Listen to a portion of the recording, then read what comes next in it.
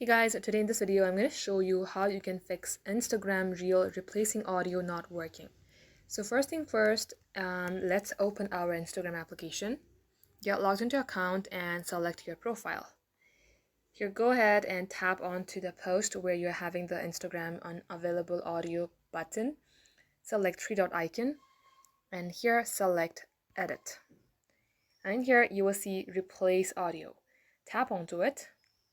Select replace track and select any music from here and it will be simply displayed here.